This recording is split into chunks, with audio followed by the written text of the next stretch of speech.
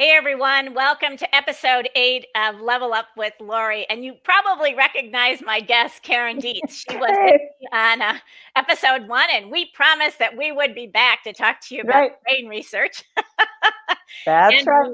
right. So this episode is titled Stop Working Against Your Brain, How It Really Makes Decisions. Just a little bit of background information for those of you who haven't met Karen and me before together. We started partnering in 2003 after I finished writing a book called Stories Trainers Tell. Karen was extremely instrumental in the second book that I wrote called Wake Me Up When the Data Is Over. And then we wrote Business Storytelling for Dummies in 2013. One chapter in that book, chapter 8, What to Do with Data, has been our focus since 2015 or so, right? Oh, at least, right. At least. And we've actually exploded that work. So Mhm. in coming weeks, we'll be talking with you about a method for decision making that we put together that we just named like 3 weeks ago. I know. And it's called Making Smarter Decisions with Data. And SMARTER is actually an acronym, so we'll talk you through that. But as a part of that, obviously the topic of data storytelling is absolutely key. And what we've been doing Mhm. over the years is we've been reading all the books and all the articles that have come out and in the data science field and the analytics field and other areas as well, to try to get an assessment of where other people are. And quite frankly, we're at a stage where we're a bit alarmed by what we're seeing. And that's what has triggered us to make today the kickoff of what we're calling Data Storytelling 2.0. So Mhm. we've decided that we're going to start with the brain research. And then what's going to come on the heels of this is an article that talks about some of our perspective and what we see going on in the industry and how we plan to talk about that. For those of you who have just joined us, because I just right now got the notification myself, if you would please introduce yourselves, tell us who you are. I only say this because of my last show. There were like 869 people who attended, but like 18 said hi. So we don't want to feel like we're alone over here. So if you could tell Oh, us like your name and where you are, where you're located, a little bit about what you do. I've got Scott Taylor showed up, Leah Pica showed up, Brent Dykes. So I really appreciate it, but would love to hear from others of you as well. But we have a favor to ask of you as you're listening today, and that is we have been very thoughtful about the research that we're going to share with you. And this is research that we've been aggregating now for years long and time. years, a long, long time. And so we don't want this to kind of be a data dump, but more so what we want you to start talking with us about is in your comments to us are what are the implications? Like, kind of what's the so what? Like, why should you even care to know this? We believe, we strongly believe that this is the first step in data storytelling, that you really have to understand how the brain works and that you need to work with the Mhm. brain, Mhm. right, than against it. That's right. But our observations are, and Karen, please add to this. We've seen research missing, right, from the Mhm. conversation. Yeah. We've also seen some research that has been taken out of context, meaning that if there were 4 studies done, people are like commenting on the first one and not some of the others, which actually have more implications to the work that we're Mm. all Right, doing. right, right, right. Right. And then there's some research that's been minimized, or people have gone, that's not really all that important. Like, why are you guys talking about that? So we're going to Mhm. raise its or elevate its importance and visibility. And then, And there's another piece too, I think, here is that this is very common. It has been happening through the centuries, right? Where someone does a piece of research or writes one of these seminal books that then gets quoted for years afterwards. yeah, But it's like a game of telephone, right? If you ever played that when you were a kid, where you start with one phrase and then you pass it on down the line. Each person, has to repeat what they heard to the next person. And by the end of it, it's totally distorted, right? And so that happens very often with the research. So, we'll be going back today with some of the original research to Right. see what it actually says, so that these interpretations that happen through time that are sometimes inaccurate, right, or where Right. pieces are missing, that we can actually, sort of complete the picture and correct any misunderstandings or misperceptions. Absolutely. So I'm going to have you hold on that for just a Mhm. second because that's where I'm going to pick up from. And I want to welcome some other people because there's so many people today. I love it. Lorian Pratt is actually with us, and her work Right? on decision intelligence has Yes. really been Yes. informing us. So, Lorian, Mhm. thank you so much. And she said, I love your idea of data storytelling 2.0. And yes, she wrote the book called Blink, which is absolutely phenomenal. Good. And Lorian, I need to chat with you soon. So make certain that we connect. And Wilson Bell is with us, who's a PM and a Scrum Master. And yeah, we got a few people. Thank you Great. for coming to hear us today. But I want to pick up on that whole piece about kind of like a telephone tag, and we were the victims of this, I guess you could say. Or we were, well, yeah, Yeah, we yeah. were because we kind of followed along. And I just we after we wrote this is storytelling for dummies, which came out in December of 2013. Talk about a month to release a book. No, Really. 24, well, yeah, December 2013. More available like 2014 in 2014, right? January. Yeah. But we got, and I still have this. I was sharing it with Karen. I'll show you. I still got this. I cut it out. An email that we got on Friday, August 14th. And this is where we want to start with just a general piece of information about the Yeah. brain before we August 14th of 2014, 15, right? no, 15, 15. 2015, Oh, got it. 2015, yeah. Um, but we want to start out with one piece of information that's general about the brain, and then we'll do a deeper dive into the brain and story and data and decision making. But VJ Menon wrote us a really nice email. And the title line was, Glad I bought your storytelling book, but the left right brain explanation is jarring. And then he went on to say, Right. one of your arguments in chapter 1 is outdated. The popular left brain, right brain explanation for logic and creativity is discredited. And I'm so surprised to see it in a book published in 2014. And we wanted to say, no, it came out in 2013 when we did our research. But Karen, talk to us about Yeah. that, about what is the myth that people still continue to perpetuate, and why is it important for us to know this?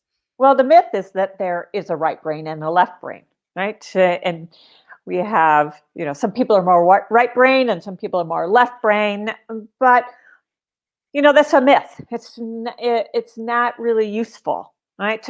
And the reason it's not useful is that functional MRIs are showing us repeatedly, and have, over the years, that when we're using the brain to solve a problem, or even just to make meaning of one word, multiple areas of the brain are activated at the same time. Hmm. And so what that means is that we're not really left brain, right brain. We're actually brain ambidextrous, right? Right, right. And so we need to just kind of say right up front, hey, let's put that aside, this whole left brain, right brain thing, because it's not helpful anymore.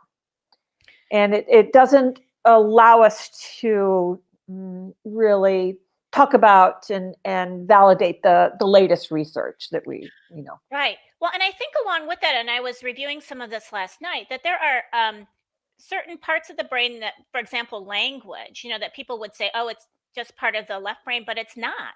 No. It's also it's in multiple parts of the brain. And so I think that as we're talking about, as you say, data, decision making, and especially story, which we have acknowledged for a very long time in the story research arena, that it's a whole brain activity, that when we start to approach data storytelling, we need to also be mindful of that as well.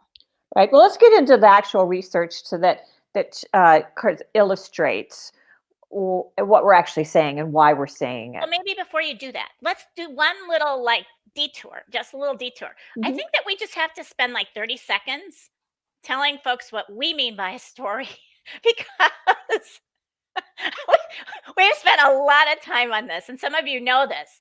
Um, that we actually have it came out in our book, and we have a document on this that talks about, I think it's 9 or 10 different types of narrative. And we see story, right? Different from an Mhm. example or a description or a Mhm. case study Mhm. or an Mhm. anecdote and so on. So Mhm. if you could just like highlight that, and then we'll actually dive into then the brain and story. Right. So there are three basic approaches to how people define what a story is. One is, oh, here are the types of stories: anecdote, example, um, you know, illustration. There's a whole. We had 9 of them, 9 different forms, right? Of narrative, Of yes. narrative, right? That's been identified. So it's a taxonomy, right? And then another way to define story is what a story is composed of: the beginning, middle, and characters, right? Right. And so that's the second way. And then the third way is the way you and I approach it, which is from the place of experience. Hmm. And so our definition of story is that it's packets of material, right, that are delivered in such a way that the brain is actually able to quickly digest it, understand it, make meaning from it, Right. right? And then do something with it. Right. Right. And so it's more experience based. And when we think of and kind of reorient ourselves around story as an experience, then, right, we break out of these structures and taxonomies and can actually focus on what's happening with me as a teller and you as the listener. And this is why the neuroscience of storytelling is absolutely so critical to know. Well, I think it's the two pieces that you've said, and I just want to reinforce them, and then I'll welcome a few other people who are actually, there's lots of people commenting here. Might be some new people who've joined us as well. Um, is around meaning, making meaning, not just Mhm. making sense, Right, right? right. And the ability of that narrative to move us to action. And what you and I discovered when we started to look at, if I take just the taxonomy approach for a minute, is that other forms of narrative didn't necessarily move people to action nor move them to meaning. It moved them, it might have allowed them to make sense of something. Yeah, it's like, oh, I get it, right? Right, Same with the structural approach, right? right, This right, is what a story is made of. Oh, okay, I get it, right? None of those help you tell a better story, right? And it's not until you understand the experience side of it, and that story is an experience, and define it that way, that you're actually going to be able to. Um, sorry, my screen just went blank. oh, that's And okay. then I I can had to still log see in you. again. It's like, hold on. You're Keep still with talking. me. But well, as you're doing that, let's talk a little bit about the brain and story. And I'm going to start Yeah, here with some of the research that yeah, I talk about this. Well, maybe when I was in college, I don't know if this was true yeah. for you, but every single person around me was a Star Trek fan. I mean, it was Oh like yeah. the biggest thing, right? And people today, I mean, some of those are some of the most Me, iconic movies. me. Yeah, you too. But there's this Dr. Spock had this thing called the Vulcan mind meld, Hmm. where he could put, and I was actually looking at the pictures last night of like where he placed his fingers on people's faces, and the belief was that if you did that, then he could meld what was in his mind with what is in your mind. And Right. what's really quite fascinating is that Yuri Hassan's work Hmm. actually shows us that this is happening, right? I mean, that when, if I were to tell a story, and not just you be a single listener, but there be a group of listeners in the room, we see a couple things happening. We see those people like their brain waves aligning with each other, which is really cool amongst the people who are listening to us, but they're also aligning with us. Right, because Yuri Hassan is a neuroscientist from the Princeton Neuroscience Institute, and so they got curious. I mean, you and I have observed this anecdotally through time, Absolutely. right? And Absolutely. so you and I have both wanted neuroscientists to actually start taking functional MRIs of what happens when somebody is telling a story and when somebody is listening to a story. What the heck is going on in the brain? Because Right. we had some ideas, right? But we wanted and needed the science to back it up. So Hassan did that, right? Took MRIs of somebody telling a story at the same time, took MRIs of the listener. And what they discovered is that as the teller was telling the story, more than 7 areas of the brain were lit up. Isn't that fascinating? It is. And then they looked at what was happening in the listener and they go, oh, all 7 areas of the brain, the same areas of the brain are lit up. Now, they did find one difference, right? And in the listener's brain, there was another area of the brain that was activated, which is the part that was anticipating what is coming next, right? Now then, they measured how long it took for the teller's brain to light up and the listener's brain to light up. And I always ask in my workshops, anybody want to take a guess? You know how long it takes? Well, we could ask people, but it might come in late. So why don't I know. But very few get it, right? But so the answer is between 1 and 2 seconds. Yeah. So that's what it is.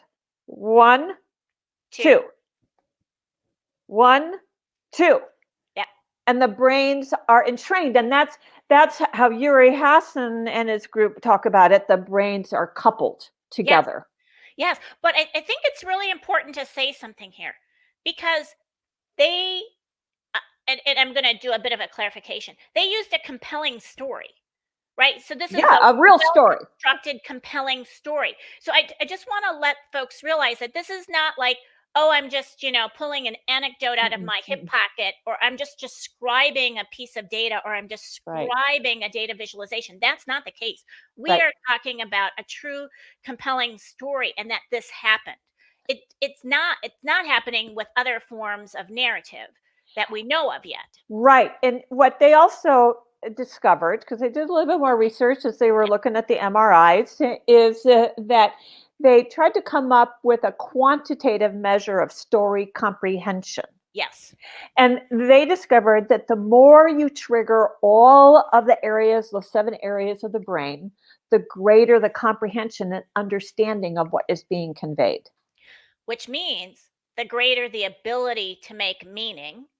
Right. Right? I mean, if we take an inferential listener, the greater the ability to make meaning and then eventually take action from what it is that you've heard. That's right. That's right. But it actually was keyed to activating all 7+ areas of the brain. Yep. Right? Because then we have other MRIs taken about what happens to a brain on information. And only 2 areas of the brain are activated, right? Yeah. Compared to 7+. Now, what are those 2 areas? Those 2 areas are the language centers of the brain. Broca's brain and Wernicke's area. Yeah. Now, those are the only 2 that are activated. And so when you compare, story 7+, information 2, it's a very, very narrow channel of communication.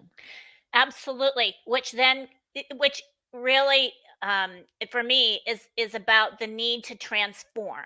It's the need to transform data into insights and the insights into the stories, because I think that's the piece that people are missing as well. We're not just talking about raw data being communicated as stories. We're talking about the word that we've used is storify. How do we storify the insights to help people to get those 7 areas to be activated in the brains of the listener so that there's greater comprehension. But I want you to take us someplace else here, though. Yeah. Paul Zach added to this, right? Yes, he did. Some studies around what we call the chemical cascade, and he did some fascinating research with a father and a young son. Right. Right. So they put a story together of a father and a young son spending time at the zoo. But the story is about the son having recently, like he's like 5 years old, right? Diagnosed with cancer, and the anguish that his dad is going through, right? And what they discovered, and what they were doing is they were measuring the uh, chemicals, right, that were released in the body. And they were taking blood samples to understand what was happening. And what they discovered is that with all of the test subjects, as people were discovering about the son's cancer, right, cortisol, a lot of cortisol was released, right, because they felt very distressed about that situation. And then right behind that, as the story progressed, was oxytocin. And that chemical increases care, connection, attachment, empathy, and social bonding, right? And so that was released when we hear about the struggles of the dad and the sadness of the dad. And so, in fact, the more oxytocin was released, the more empathy people had, for the dad. Now, in business language, what that means, right, is that it translates into connection and alignment, right? Right. Connection between and alignment between people. Now then, when you add cortisol, oxytocin, empathy, and then mental imagery, right? Mm-hmm. These are visual images. We experience a phenomenon called narrative transportation. And this is when people lose themselves in the story. Right. But none of that happens when the brain has been activated to, I call it the data brain, right? Or the information brain, right? When none of that gets activated when the brain is on information and only those two language areas of the brain, Well, and are kind of dominating. He did another study. He did the father, the story about the cancer with the little boy, but then he did it just about them walking through the zoo. And he was actually able to show that this was the case. So this is not a trivial piece, but there's another thing that his research showed, which is that there's such a phenomenon called compassion fatigue. Oh, yes. Right? People don't have the ability to empathize, I say, with N greater than 1. So it's like, give me a main character in a story. Don't give me a group of like 20 people, because the brain has no capacity to have empathy for that. And it literally just shuts down. And so we have to start thinking about, well, what if we do want to talk about a group? How do we make that into a single character in our story? So this has some implications for story construction and for the characters that we choose and the perspective from which the character comes. Well, a way to think about this too is that when we've got data and we're sharing the data, right? We'll talk more about the implications for story with that, but one of the pieces is that there are people behind the data. Right. And so it's hard to relate to data without people being present. And so there's a lot to talk about here. We might not get through all the things we want to share about today, but I want to just, as we go along, I want to just kind of point out, what the implications are and how this translates into our work with data, and then being able to communicate about the data effectively. And that's really what we're talking about. How do you communicate about the data effectively? Right. I do have a question, though, that Scott raised for us. He wanted to know if the definition of story that we use is exclusively for business stories. No, it is across all stories.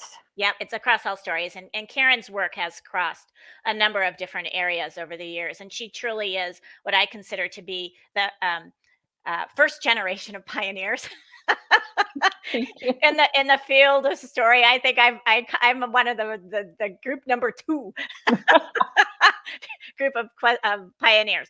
I just wanted to see if there were other questions that may have come out with us. And there was a question that Lorian asked: is data storytelling for journalists or corporate planning or anyone who uses it? And we see it as anyone, right? Well, yeah, and I was trained as a journalist originally, right? And so there's a different story form for journalists that they tend to use. But where our way of working with stories is really great for journalists who are writing feature stories, Correct. right? And so With the long maybe form. right, right. Maybe someday I'll share with you my martini glass, analogy. but But even, I mean, I think when we first started to write excerpts from our book, we first wrote an article for professional speakers mhm, about how to start presenting the insights that they learned from data in their presentations. So for us, right. this is really agnostic in terms of career or usage, the sorts of things that we're talking about here, and it's applicable to anyone. It's applicable to me. I remember when I worked, oh my gosh, this was my first job out of college in patient education, Mm, and had to try to convey in lay terms to people some very difficult healthcare results and mhm, concepts mhm. and things to get them to actually take action in terms of mitigating their particular situations, whether it be cardiac rehab patients or others. Right, right. So for us, it travels across, and you can use it even at home today. Think about, as you're trying to communicate with your children about, the coronavirus and COVID-19. It's a difficult thing. But Yeah.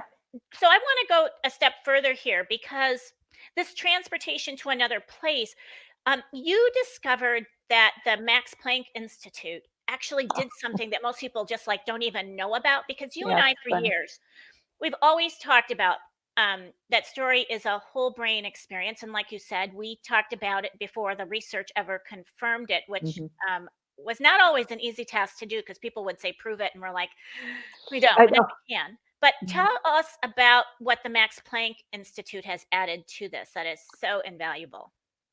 How they came up with this study, I don't know. I think it was brilliant, but you kind of wonder, gosh, how did they decide to do it? So it was the Max Planck Institute for Chemistry and the Johannes Gutenberg University in Mainz. And it was a study that was published in 2016 in Nature, right? Mhm. Now, what they wanted to know is if you're watching a movie, right, what happens physically to you? And their area of physicality that they decided to focus in on was organic compounds that we as human beings release from our bodies 24 hours a day, 365 throughout our entire lives, right? And so when you're watching a movie, do these chemical emissions from our bodies vary, right? And is it predictable? That's what they wanted to know. So what they did is they got 9,500 cinema goers, movie Yep. goers, Huge amount. and they watched 108 screenings of 16 different movies. Movies like The Hunger Games 2 and Dinosaurs 3 and Buddy, right? So what did they discover? Well, by monitoring the CO2 and levels and the volatile organic compounds in the movie theater air, right? They discovered that no matter which audience it was, if they were watching Buddy 2, they all emitted the exact same organic compounds from their bodies. Fascinating. So the measure of the air was the same for each Hmm. movie, right? Didn't matter which audience saw it, right? They all ended up emitting the same organic compounds depending on the movie that they were seeing. And so the researchers called this that each movie had its own smell signature. And so, you know, the point is that, okay, not only does neural coupling happen in our brains, but there's a somatic, Yep. coupling that happens. There's something's going on physically where in this case, the organic compounds that we all emit, right? They all end up Right. being They're the all in the same. air. They're all in the air. They're all in the same. And so now we can say, like we've known for so many years, that storytelling is both a whole brain and a whole body experience. Right. Right. But the interesting thing is that the again, I want to come back and reinforce that the movies are these compelling stories. Right. They're not these, short descriptions. They're not these short explanations. Or an example. Let me share with you Example. an example. Right. Right. Because so often I see people, they'll show me their slide deck and I'll say, well, what's the story? And they'll just start to describe what's on each slide. And I'm like, no, that's No, not that's the not the story. story. That's not. So if you want to have this whole body experience, you really have to learn about this experience-based approach to story that Karen and I are talking about, and how to craft that then from the insights that the data is starting to uncover for you in your search, I guess, Right. answers to key questions. I just wanted to see here before I move on to the next piece. People have been commenting about data, insight, story, action. Although Karen and I are going to come out with a piece probably in a couple of weeks. We believe that story actually has an implication and an application at every single part of what we call the smarter decision making framework, from setting the context to gathering the data. And there's different uses of stories. So we're going to come back and talk to you more about that. But from a data storytelling perspective today with the brain, we're couching it around the stories that the insights, Yeah. right. And yeah, absolutely. So as I said, we have more than today to talk about than we have time for. But I do want to make the point to go back to compare and contrast your brain on story, your brain on information, right? So what we know is there's this other pieces that happen to us that's about cognitive, it's about working memory and its capacity. Right, but can I hold for you? Cognitive. Can I hold just a second? Because Yeah. there's a question on the Oh. movie piece, and I Yeah. want to get this before Yeah. we lose it and we add something else. So Scott is saying to us, so given your definition of story, how would a movie make you take action other than simply reacting to the movie? And I guess my first reaction to that is everybody, when people walk out of a movie, they're talking about the meaning. Well, here's the thing. There's Hollywood storytelling and there's business storytelling. Right. And Hollywood storytelling is definitely entertaining. I don't think some of it can be designed to inspire you to take action, but most of it's just, entertaining, right? But business storytelling always has to be about taking action, making a decision, somehow inspiring something to move forward, right? And so I think that's a big difference between Hollywood storytelling and business storytelling. But what we know about storytelling in general is that it creates this transportation effect, that the brain's entrained, and that there's a huge likelihood that as people and audiences are listening to a particular story, that we're starting to physically, entrain also at the same time. But I would say that where Hollywood is really starting, and now we're seeing this more because we don't have live sports on TV. But if you, so I'll just comment on Netflix for a moment.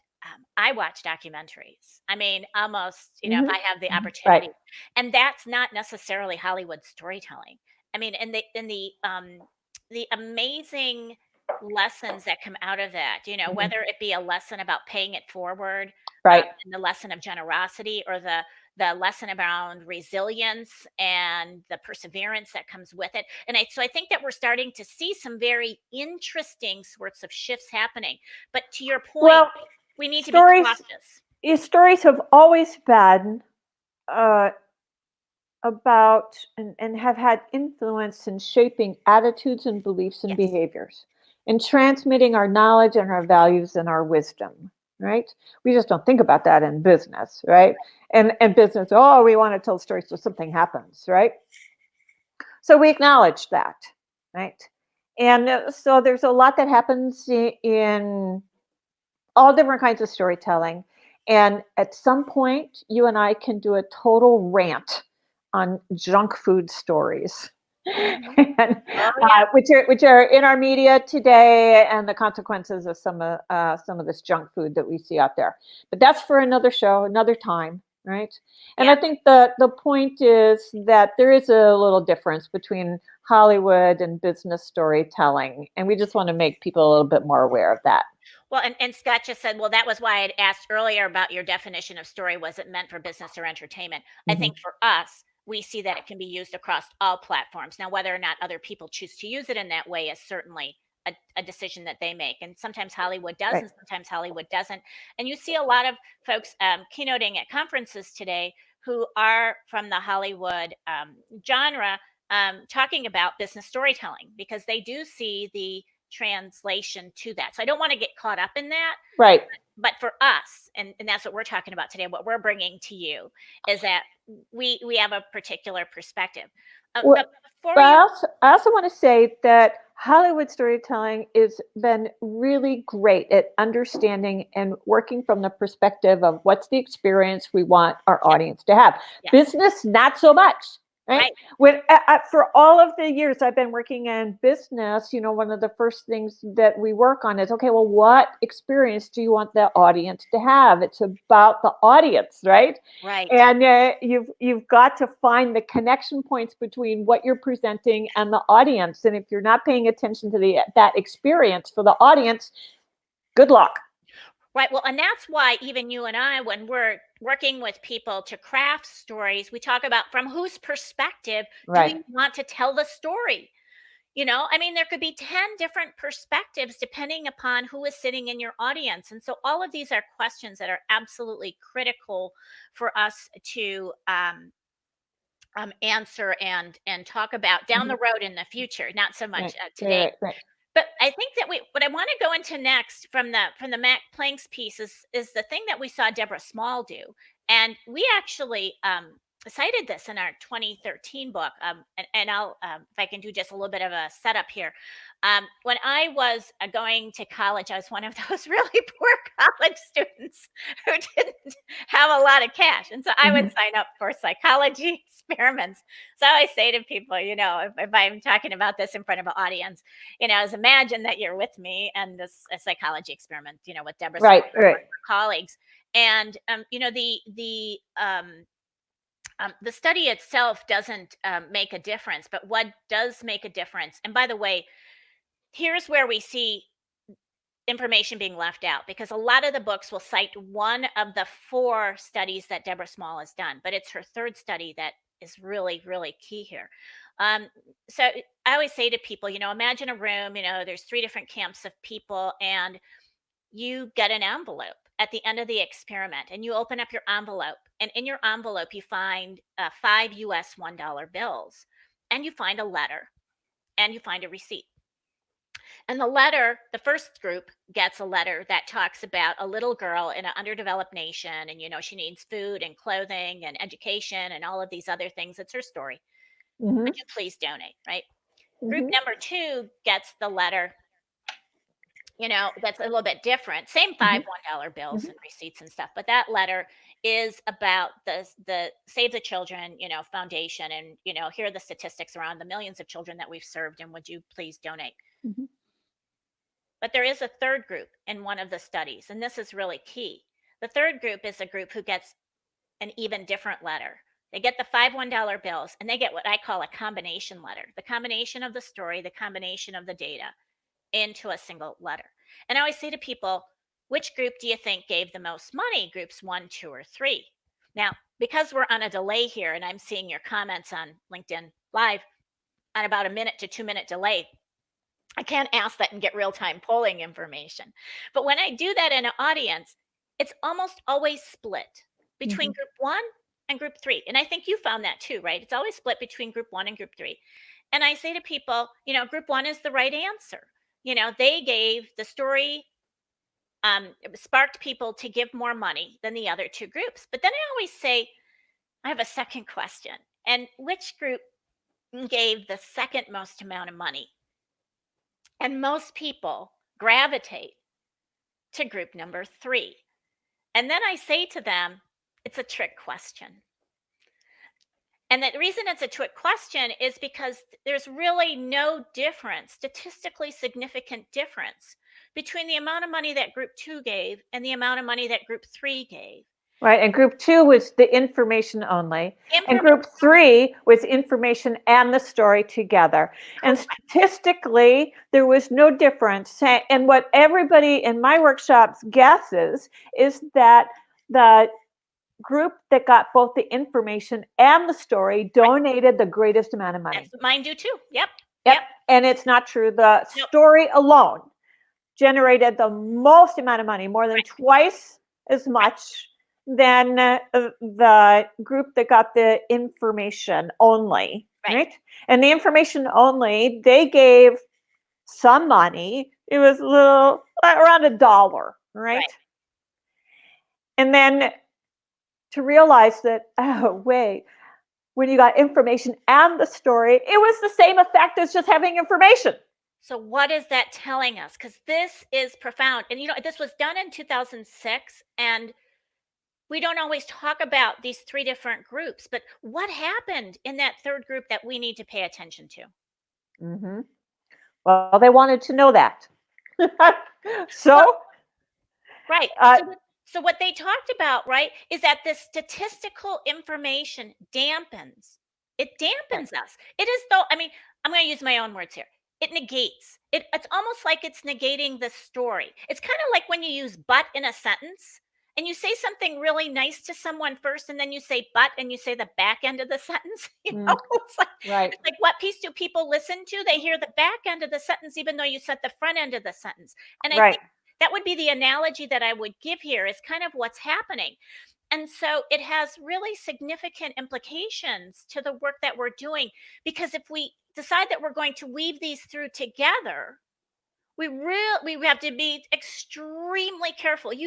This is like an art form here, right? Because so many people lead with tons and tons of information and a little bit of story. Yeah, so we need to talk a little bit more about the brain on information. Mm-hmm. Yes, and what happens. We mentioned the 2 language areas of the brain that are activated, but let's dig in a little bit more here so that this has even, our understanding grows about the experience that people have on information. And one of the things that happens, right, when your brain is on information is that the more information you're trying to deal with, the less your brain has capacity to deal with it, right? Now, this is called working memory, right? And working memory gets tired fast. Very fast. And the research shows that it's on average around 20 minutes, right? So imagine you are dealing with like just a fire hose of data, right? And eventually your working memory is just going to collapse. And then you have cognitive overload. Now, when I work with clients and I'm in meetings with them, research says 20 minutes. I clock it at anywhere, well, on average, around 10 minutes. Yeah, me too. Before people in the meeting just start checking out, right? And they're not paying attention. Because what happens is that now, just imagine all the amount of information that you're dealing with on a daily basis. Emails, data, charts, statistics, project status reports. You name it. Financials, right? And just the day-to-day of getting work done, right? The flow of information actually never stops. Well, I think it starts at home. Let's not even go into the workplace. That starts at home at the beginning of the day. So people are already tiring, right? Right. So here's what happens to the brain is that when our brains reach this capacity, right, and we know it doesn't take very long, right, information passes through the brain, but it doesn't stick. Right. When we're hearing a story, we actually process the story because so many more areas of the brain are activated. And so what that means is, so imagine this, right? You've developed this fabulous presentation, right? And you come into a meeting and there's your audience sitting in front of you. Now, they have just been inundated all day, right? Right. With information, charts, graphs, bullet points, emails, Take your pick, right? You take the stage, right? You're up in front of the room. You launch into your presentation full of complex charts and graphs and bullet points. And what happens to your audience? They're already maxed out Mhm. on their facts and data that they've been dealing with, right? So they start just the information starts passing through their brains. So you may have what the implication is you may have the most important piece of information and the most important message to share, right? And what's going to happen? They're not going to remember it. No, they're not. It's not going to stick, right? And so they won't be able to take the action that you want them to, right? Right. Because They can't. They they can't. can't. I want you to hold for a second because there's there's lots of comments coming in, but I want to talk about a hypothesis that Lori and Pratt has just put forward here. She said, "So I have this hypothesis that if we tell stories through interactive visuals of how actions lead to actions, moving from text to interactive pictures will expand our cognitive capacity. But lately, I've been thinking we need story at the same time." Yes, thank you. In my humble opinion, they need to go together for Yeah, maximum impact. Maximum impact. yeah, Um, because the I think sometimes the difficulty with the animated presentations is we still don't have enough meaning making, right. and so the brain is like studying what's happening on the screen, trying to make sense of it, and the story helps get us there quicker. So a combination of both when they're tied together would be like that's fabulous Right. situation. Right. Well, and I think that that when I teach workshops on this, people often say to me, I get data weary." Yeah. It's just, and that's what they're trying to describe. But I think even Daniel Kahneman's research on the difference between system one and system two adds to this as well. He says the brain, its natural state is to be in system one, Right. unconscious, fast, intuitive, automatic. Right. And when we push it to be in system two, to be conscious and effortful and deliberate, and it automatically is slower. We don't want to stay there. We Hmm. want to, we'll take that, but then we want to go back to this other system because it's just so exhausting. And I think that we have to, it's not just our presentations that we have to pay attention to, but I'm Hmm. thinking like if I'm sitting in a meeting. I was at a client where I was one of 5 project managers on a very large program. So Hmm. you can imagine when we Right. have Right. status updates, oh my gosh, it's like a half a day long. And I'm thinking to myself, if people are checking out after the first 10 to 20 minutes, they're not checking back in. No. Right. And No. therein lies our dilemma. So and maybe you'll be lucky, if you have a story that will capture their attention, because that's our belief. We like to start with the story piece of this. If we can capture their attention, we might wake them up again, but they're still exhausted. And therein lies the dilemma, I think, of what you're talking about. Well, yeah. I mean, what we have to do is marry data and story together so we can give the brain time to rest so that it can come back in, and when we get to the next data piece, right, it can handle the data, right? And then we go back into story so that the brain can rest, and then come back into data, and the brain's going to work really hard again, and then go back into story and rest. So we can do it.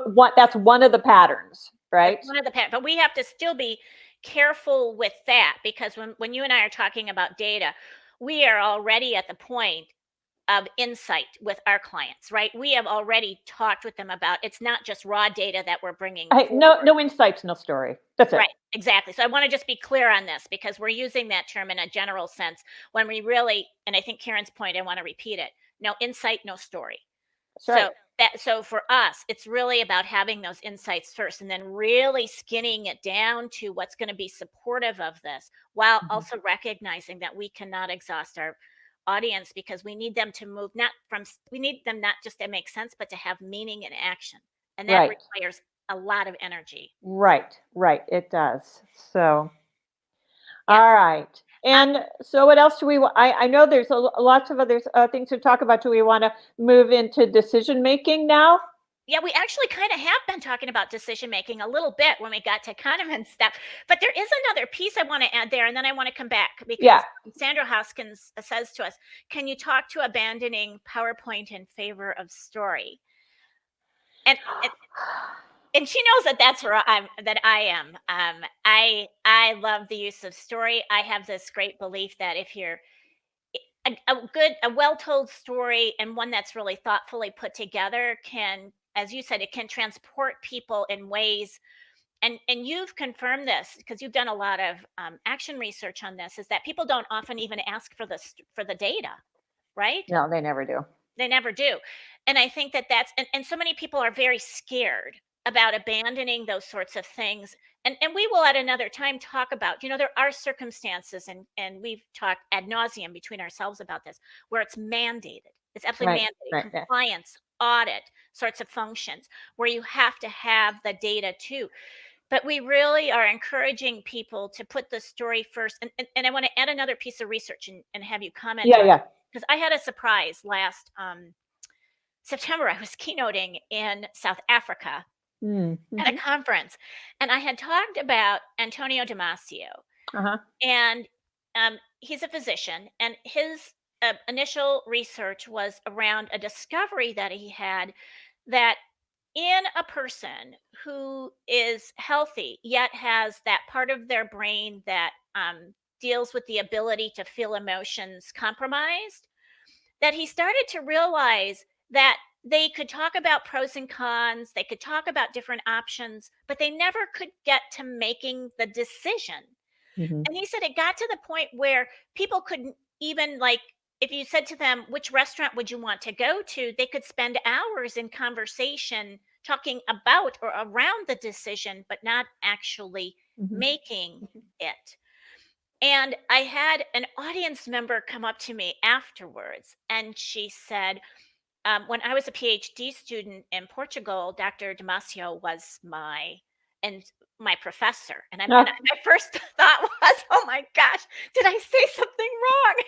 right, of Always our course, fear, right? of Maybe course. I don't understand this research, or I don't understand the research around Mm-hmm. interoceptivity, which is picked up on Dr. Damasio's work. I mean, he does have some really cool, very short videos on YouTube that you can watch where he talks about that emotions are needed to spark the ability to make the decision. And she said to me, no, you're right. She said, but nobody wants to really believe this. And then I had a guest on episode 4 of Level Up with Lori. Jeff Crane was with me, and he talked about why smart people fail. And his research on alexithymia is showing that they're actually, and this is a learned behavior in two different ways. Either in childhood, you've had such a severe trauma happen to you that you disassociate from your emotions. Mm-hmm. So you can't name your own emotions, nor can you describe them later on in life, and you can't describe or name them for other people. Or when you're in a really, really stressful, immediate situation, like we all are with COVID-19 and the coronavirus, Mm-hmm. Mm-hmm. that we disassociate from our emotions. And I said Mm-hmm. to him, does this impact decision making? And he said to me, how long do you want to stay in debate mode? Well, right, because the brain on data and only data often just stays in debate mode, and decision making is really delayed. But we see this also with Anika Demoka's recent research. It was published in 2016, I think it was. So Right. not that recent, but where they show on functional MRIs that the prefrontal cortex and the uh, emotion areas of the brain need to be working together for decision making to happen. Correct. Right, right. And the only reason, I have to tell you, this is a funny story. The reason we know about Angelica D'Amica's research is because I was in London. I think it was last November. Right. I was bored. I'm sitting on a Sunday evening on the edge of the sofa, like Yeah. turning the channel on the TV, and there was a futurist on. and I'm a strategist and a futurist. And then he started to talk about brain research, and I'm like, I texted you, I think, across the pond I know. to say, Karen, right?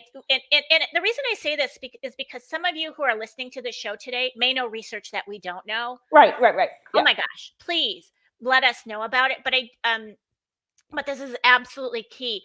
Scott was also saying there are a lot of insights about the raw data that we need to know before we can even begin to create insights from the data. Right, and Karen and I talk about this. This is what we call in our smarter framework, our set the context, and that'll be a conversation that we'll have in another article or video that we do in the future, because we believe a little bit differently than most people that you don't just start with the data, that you have to start with a question. And unless that question is really specific and really actionable, you're never going to get to the sorts of insights that you and I are talking about. Right. But I think here, in terms of the brain research itself, it's important to know that we may get stopped in the decision-making process, not through any fault of our own. We could have the most compelling of stories, and if people are really stressed out or have a condition called alexithymia, they still may not be able. Well, here even more simpler, right, is what Demoka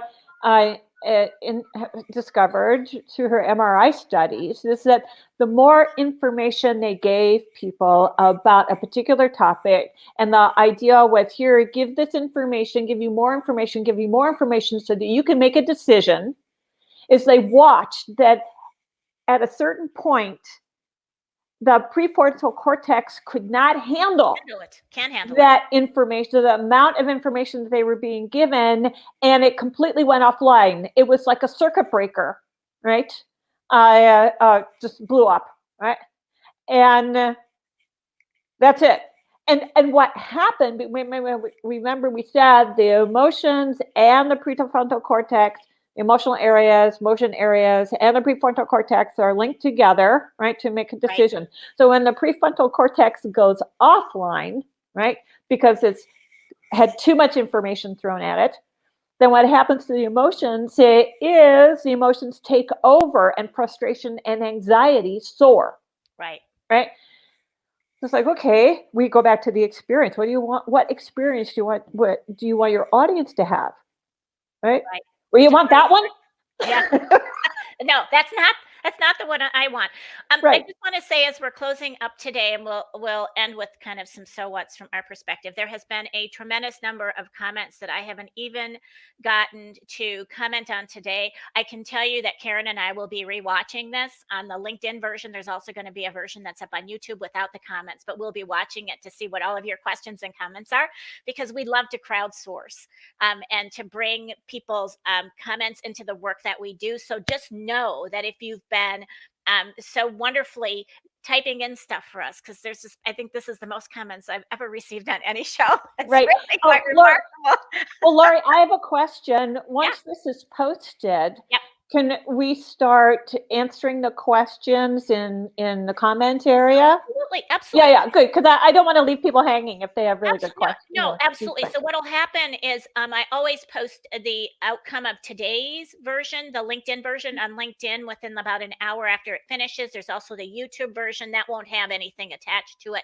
But when I post the other on LinkedIn, let's do that. Let's watch it through again, and let's look at the answers that we haven't been our questions we haven't been able to get to, that we wanted to talk about. And there's a little bit more even to talk about decision making, but we'll have to say that for another time. But just know that decision making doesn't happen so good, right? when your brain's just flooded with data and information. Absolutely. And thank you to all of you who've come today. But just in our closing today, the title of our I've got to go back and look at the title of Stop Working Against Your Brain. What is, as you've been talking with us today, and then I'll add a few more things, like what's the so what? Like what's the immediate practical takeaways from your perspective? Well, I think the immediate practical takeaways is that, first of all, in understanding what happens to the brain, we're better equipped to design the delivery of the data, the explanation of the data, the insights of the data in ways that people can internalize, grasp, understand, and remember, Yeah. right? That when we marry data and story together, story and data together, right? The emphasis being on the right syllable, Yes. right? A little bit more story, a little less data, right? Then the impact of that is much greater and decision making happens a lot faster.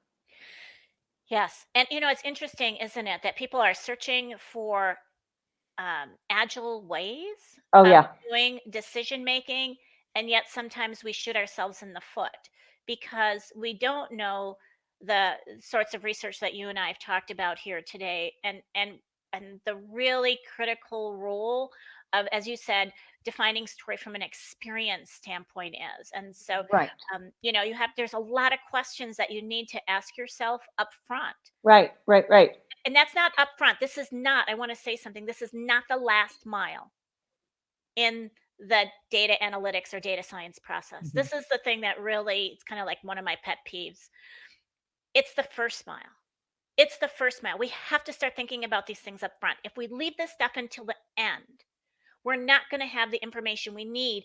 And the insights might be interesting to share, but they might not be meaningful.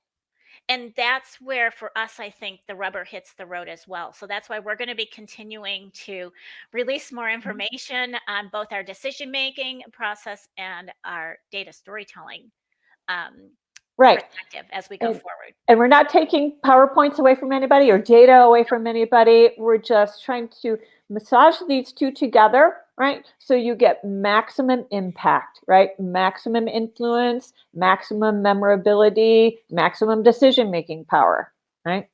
So that's what we're about. Right. And to do so in a way that's smarter, right? That Yeah, makes yeah, better decisions faster for organizations. right. Thank you so much to all of you today for joining us. Yes, I thank you. appreciate all your comments. We have hundreds and hundreds of Oh, comments yay. through, and we promise to do that. See you next time. Bye for now.